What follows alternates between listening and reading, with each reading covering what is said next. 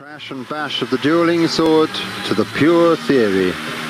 If the fencing starts before I've finished explaining, the fencers who are watching will know what's going on, but for the rest of you I will try to explain what is happening. Here are the 4 men's foil finalists, and the 4 women's foil finalists are coming on at the other end. The foil is not a real weapon, it is a training weapon. It was invented in the 18th century when people were still fighting in earnest with swords. And the fencing masters dreamt up a sport which taught their pupils to stay alive in a real fight. The target is therefore only the trunk of the body, that part that you can see there covered by the lame jacket.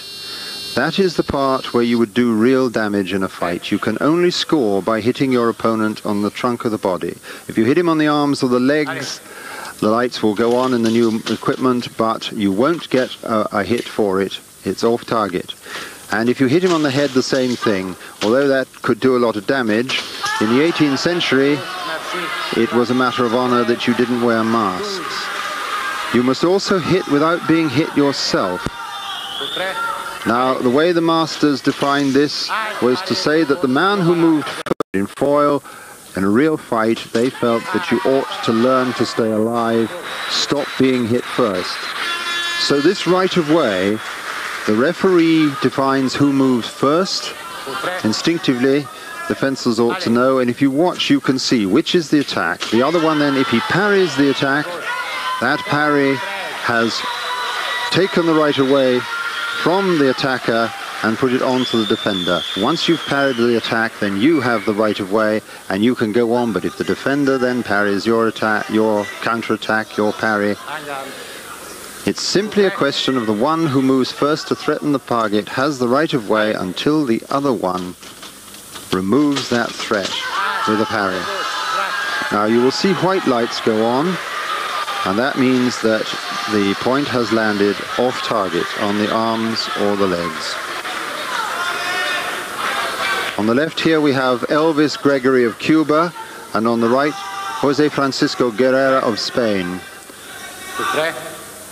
GUERRA is another astonishing finalist. Unfortunately, lovely hit, he's just won.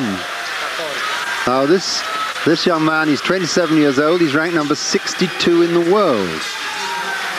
Elvis Gregory, whom he's just beaten, is a Cuban, not the best Cuban, the world champion, and number 1 until today was another Cuban called Rolando Tucker. But Elvis Gregory was the bronze medalist in the last Olympics, and he's just lost to a Spaniard who's ranked number 62. Wow. Now the next, this is between 2 men who might once have been in the same team. Dmitriy SHEVCHENKO on the left, Russian, bronze medalist in 1990, ranked number 12 in the world. And on the right, Sergei GOLUBITSKY of the Ukraine. He lives in the beautiful city of Kiev. He's ranked number 1 in the world at the moment, and he won the silver medal in 1993. Now we've seen the score here go up.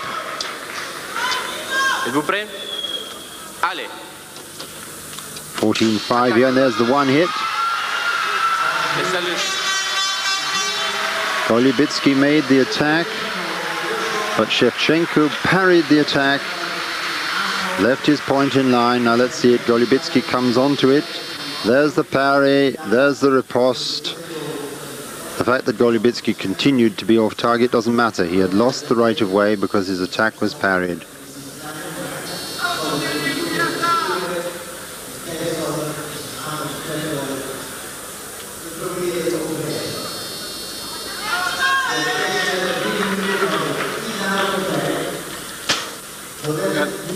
Êtes-vous prête? Allez!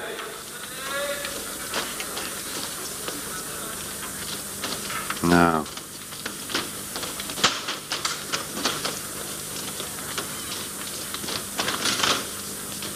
Halt! S'il vous plaît encore. Prête? Allez! Jose Francisco GUERRA on the left. Halt! Attaque, recours. Dmitriy Shevchenko on the right. Une en rien. Prête. Allez. And he seems to have blocked his way. That attack was off target. You see the white light goes up there. Allez. Shevchenko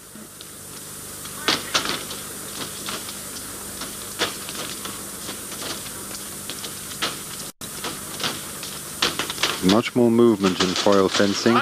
There. There's Shevchenko's attack. And he comes back and he keeps pushing through. GUERRA can't find it at all. I think that score is a bit wonky. I think the score is 2-0 now.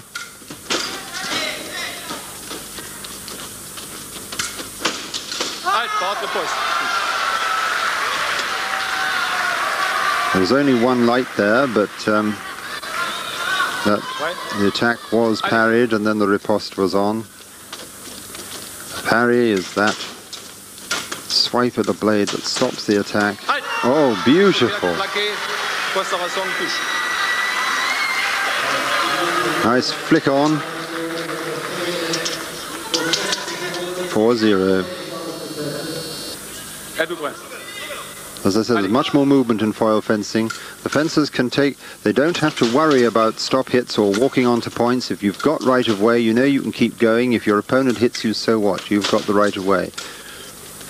The reason for inventing these rules long ago in the days of dueling has disappeared, and now the theoretical sport that has evolved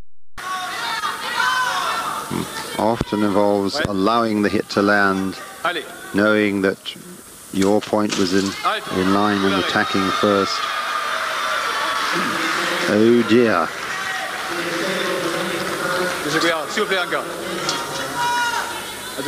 6-0. Well now, off target. GUERRA has done extremely well to get this far, and the form that got him this far seems to have disappeared a little bit. Or at last, there's another one. At last he's outclassed, or awed by the occasion. This is certainly a personal best for him. The attack is through. Well, perhaps I spoke too soon. He has broken his duck now, but 1-7. Oof.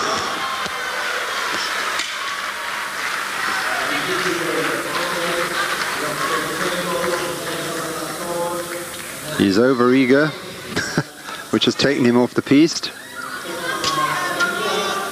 1-8. It's a first to 15. Look at the speed of that. Oh.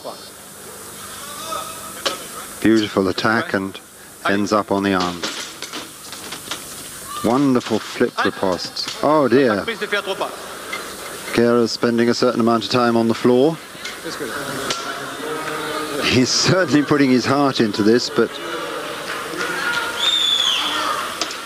somehow he does seem a bit outclassed now. Shevchenko is very cool. Oh, a bit too cool. Good. Terrible punching attack from that angle. 2-8. Oh.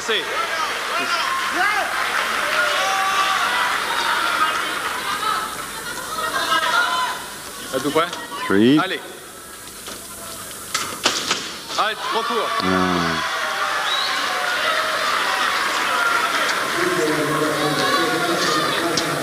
He's behind, he's far behind, he knows he has to attack, he knows that Shevchenko simply has to defend himself, he needn't score another hit. Just wait for the time to be played out and he's won. But in fact, he's using GUERRA's eagerness, letting him come to him, letting him extend himself, then very neatly putting the point on like that. Beautiful.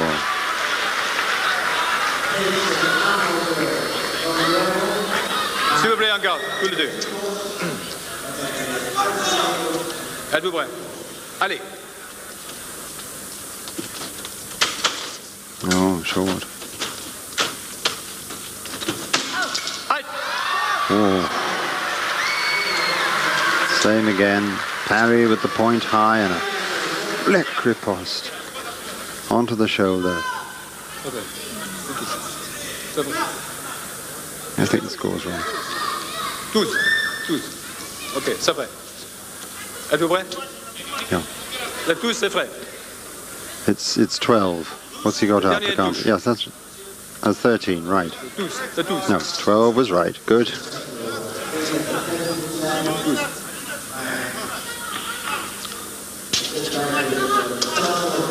Êtes-vous prêts?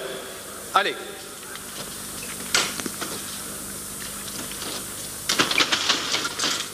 Oh. Just almost as GUERRA relaxes, and then in comes another flick when he can't move. Off target.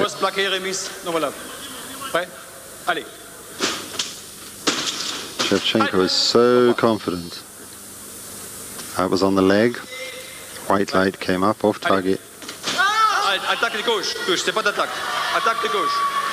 Both lights went up there, but Shevchenko moved first. It was his attack. I wonder if we could see that in slow motion.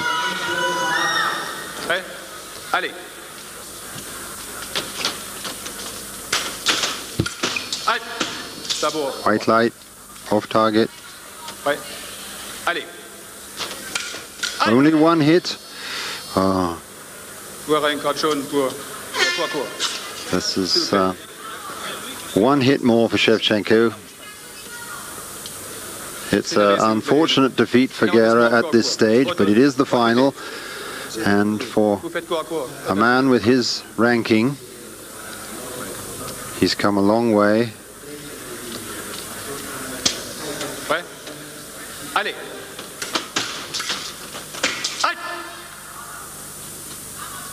Halt there because Shevchenko was disarmed.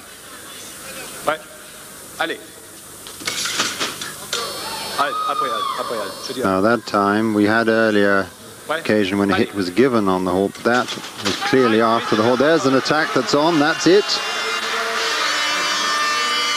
He is Dmitriy Shevchenko, bronze medal in 1990. And now, with a Russian flag to wave, there is a Russian foil champion. Once he fenced for the Soviet Union, now he fences for Russia. And as a Russian, he is a world champion. It's unfortunate that the last final was not a bit more close, but GUERRA is someone to watch if he can get this far in a world championship. Join us for women's foil after the break.